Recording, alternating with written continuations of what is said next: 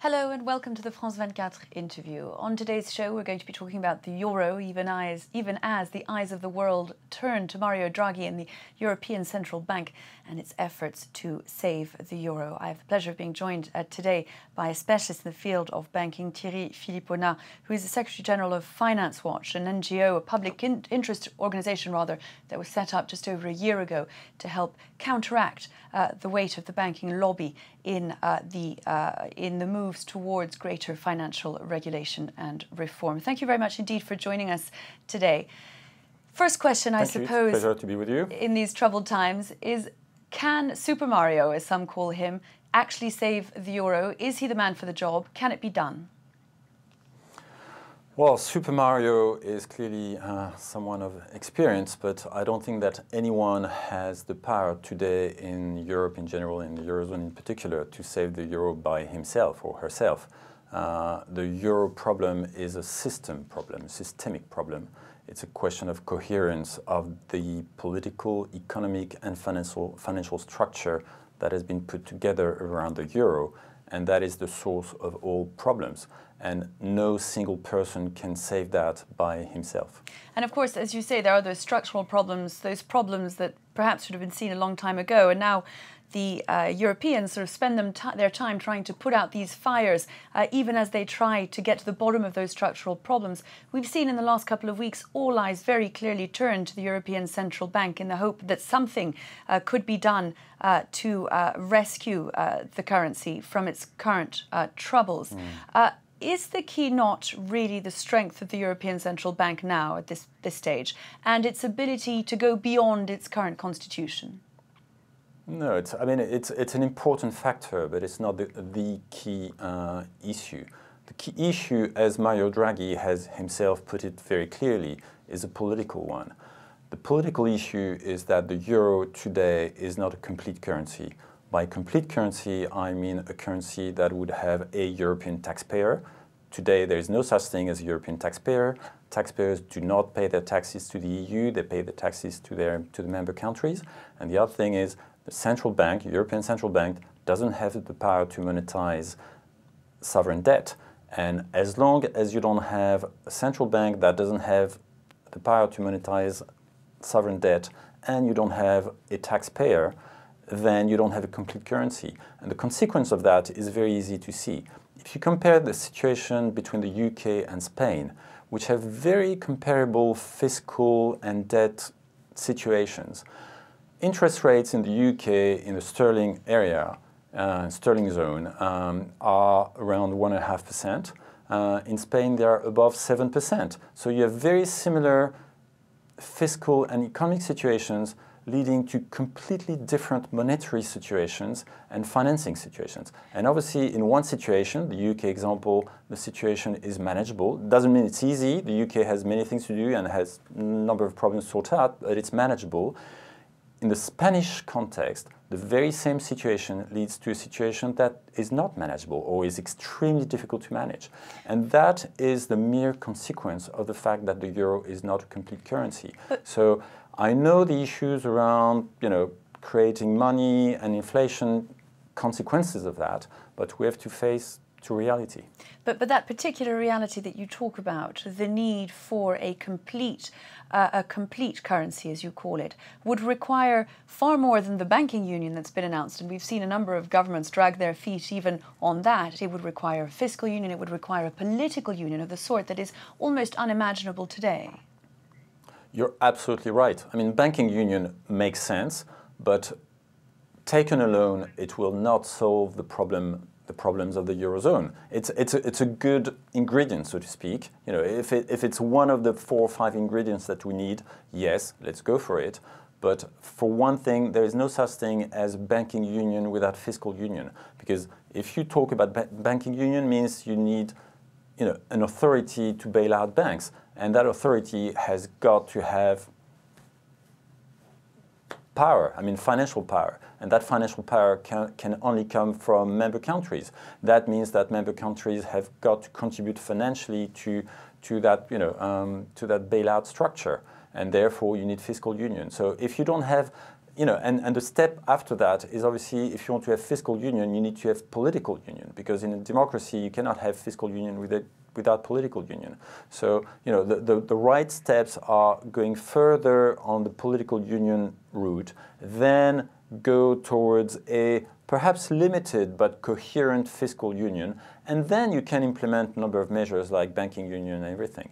But that is sort of like the third step. But it seems most improbable from where we stand today to imagine that the nations involved would relinquish the necessary amounts of their own sovereignty to allow all that to happen, and fast enough that the euro might be saved. It's impossible to predict whether the euro will be saved or not. It's certainly not my role, and not I'm not sort of looking into the future. So maybe I don't want to go into that. But what you're saying is correct. It's difficult to see how we're going to get all the ingredients together in order to do what I just described very briefly.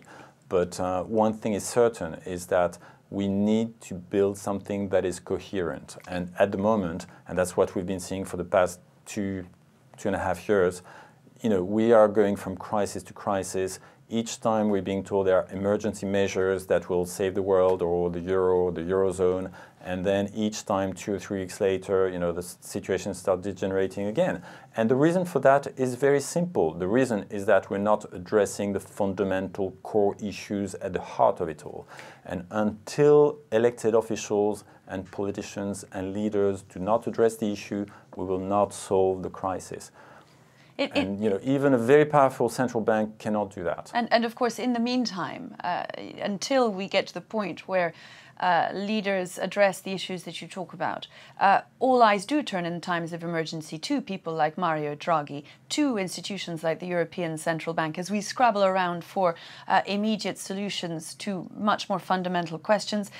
And so, as we do, one starts to look at people like Mario Draghi. He himself is facing, of course, an inquiry in front of the European mediator about his involvement in the Group of 30, a group of private and public bankers to which he belongs. The NGO that is bringing the complaint suggests that someone who is involved in such a grouping is not the man with the necessary impartiality and distance from the banking lobby to lead an institution like the European Central Bank. Do you agree?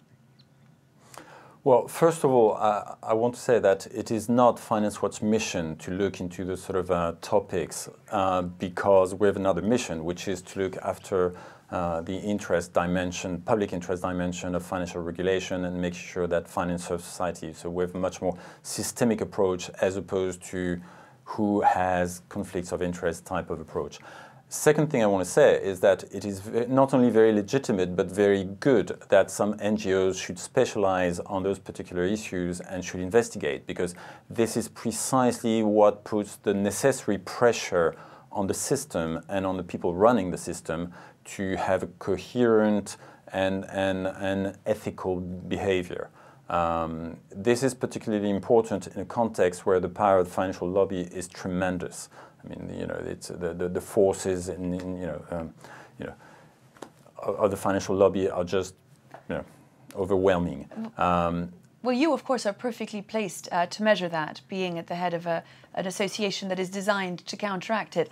It's difficult for people to understand, perhaps, just how strong that lobby is, but we've really felt its weight, have we not, over the course of the last few years, ever since the events that began back in 2008, and the failure, really, of the banking system to reorganize itself in a way that, to the general public at least, seems in any way to be a step in the right direction. Yes, you're absolutely right. I mean, the actual weight of the financial lobby, if you just take the Brussels scene, is about 700 lobbyists working full-time for the financial industry, pleading for their private interest. And the consequence of that is that systematically, whether are on very broad level or very broad topics or very specific topics, you have a constant presence and pressure on legislators and supervisors trying to influence in the direction that will be good for private interest. And private interests, of course, are legitimate and indispensable. There's also something called public interest, which is not the sum of private interest. And this is precisely what Finance Watch is about, trying to balance out the arguments in a normal game of checks and balances, and that inherent to democracy, so that legislators can listen to the two sides of the arguments. It's a tremendously daunting task. Can a single organization do it? Well, that's what we're working on. The thing is, I mean, quantity is one thing, the quantity of lobbyists, but one thing that is absolutely vital is the willingness of people, of elected officials, of supervisors to listen to the people who come to them to talk to them. Finance Watch is lucky to have been created from a call from legislators saying, we need a counterweight, because if we don't have that counterweight, we legislators cannot do our job properly. So the fact that they call for Finance Watch to exist means that now that we're up and running, they're willing to listen to us. That doesn't mean they follow everything we say. Of course not. This is not what democracy is about. But at least we get a chance to speak to them, and they listen to our arguments. Thierry Philipponnat, thank you very much indeed for having been our guest today. That brings us to the end of today's interview. We'll be back, though, very shortly for another here on France 24. I do hope you'll stay with us.